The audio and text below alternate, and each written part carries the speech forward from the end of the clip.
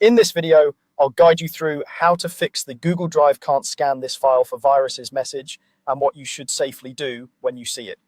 When you're downloading a large file from Google Drive, you might see a warning that says something like Google Drive can't scan this file for viruses. This usually happens because the file is too big for Google's built-in virus scanner to handle. It doesn't necessarily mean the file is dangerous, but it does mean Google can't confirm that it's safe. So instead of ignoring the message or panicking, let's walk through the right way to handle it. First, whenever you see this warning, pause for a second and confirm that the source of the file is trusted. Ask yourself where this file came from. Did you upload it yourself? Was it shared with you by a person or organization you know and trust, like a coworker, a teacher, or a company you recognize? Or did you just click a random link from a forum, email, or website you're not fully sure about? If the origin is unclear or feels suspicious, it's better not to download the file at all. This simple check is your first and most important line of defense. If you're confident that the source is trustworthy, you can move forward. On the warning screen, you'll see an option labeled something like download anyway. Go ahead and click that if you trust where the file is coming from.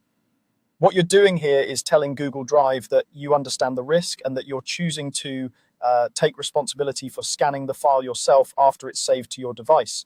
Once the file has finished downloading, don't open it right away. Instead, scan it with your antivirus software. Most modern systems have some form of built-in protection, and many people also use third-party antivirus tools. Locate the downloaded file on your computer, then use your antivirus to scan it. On many systems, you can right-click the file and choose an option like Scan with Antivirus or Scan with your antivirus name. Wait for the scan to complete and confirm that no threats were found before you open or run the file.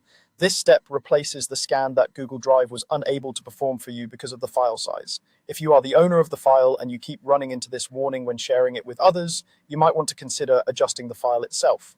One practical option is to split the large file into smaller parts so that each part is under the size limit that triggers the warning. For example, if it's a huge archive or video, you could compress it into multiple smaller archives or divide the content into separate files, then upload those smaller pieces to Google Drive. This can make it easier for recipients to download and scan each part, and it may help avoid or reduce the can't scan for viruses message altogether. So to recap in a smooth workflow, treat the warning as a reminder to double check the source, download only if you trust it, always run your own antivirus scan afterward, and if you control the file, consider breaking it into smaller chunks to make things safer and more convenient for everyone involved.